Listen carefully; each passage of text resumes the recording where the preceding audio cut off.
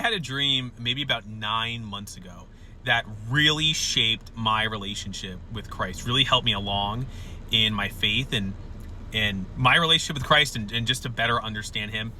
And I'm going to share it with you in hopes that it might help you along as well, especially if you're new to the faith, if you are curious about the faith. I think this is really going to help you a lot. So I'm going to share this dream. This is going to be a long video, so feel free to, press down on your screen and put me in 2x speed. Also, it's a dream. So, some things that would only happen in a dream are going to happen in this dream, just so you understand. But really how this dream went is I was getting toured around this big building. So kind of like you would if you were checking out a school or a campus, getting a tour of the building. And this building was a skyscraper, but there were no rooms in this skyscraper. There were no, other places to go. There was no lobby. It was essentially really just stairs that were along the walls that just went upwards. So just flights of stairs. And they weren't even stairs. It was just this long ramp that just kept going up and up and up and up and up endlessly. So there was no top of the skyscraper. It was just endless stairs within this building.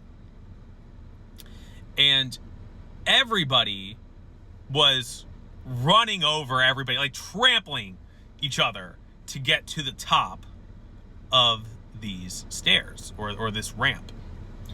And everybody who was running and, running over each other, trampling over each other on this ramp was in clerical clothing. So it was like, I would assume priests and nuns, everybody just trying to get all the way to the top of this skyscraper. And they're running over, like actually trampling each other, shoving each other out of the way, to the point where some of them are actually falling down the stairs and hitting the bottom. And again, it's a dream, so they're okay. They're kind of just like, a little shaken up. They get up and they're fine. And they just start like full speed ahead back at the stairs to try and get all the way up. And the tour guide mentions that this is a game, that they're playing some sort of game. And that none of them have won yet, except for this one man named Cicero. So I don't know a Cicero. I don't know who Cicero is. But he apparently has won this game. And he's in this other room. And this is the only room in the whole building. It's on the floor of the building.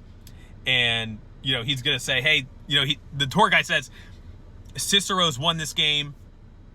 And everybody wants to be like Cicero. Let's go, check out Cicero. And so we open up the door to this room. We walk into this room. And Cicero's just chilling in this box. Like he's just laying down in a box. So I don't know if he's dead. I don't know if he's sleeping. I don't know if he's just, resting his eyes and he's just chilling in this box.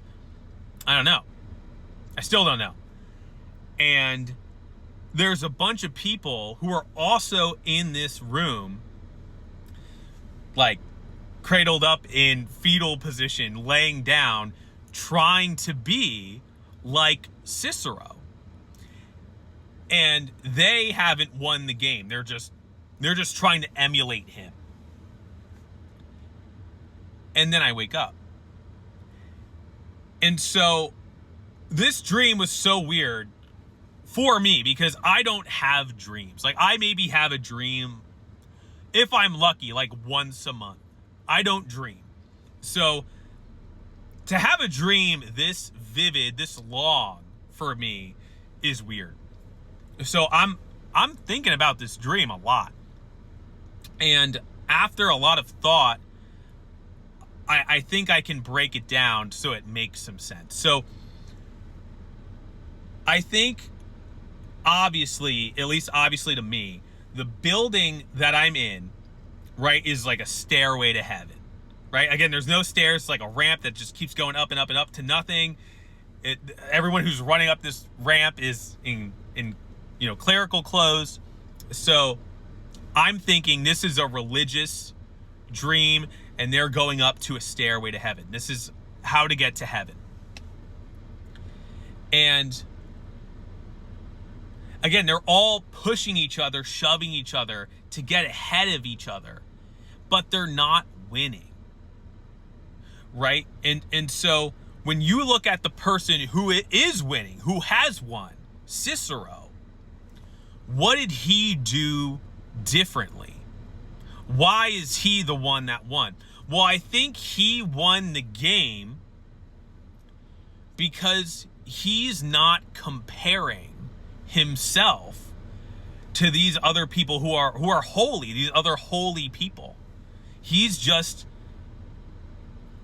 focused on his relationship with Christ. And that's it.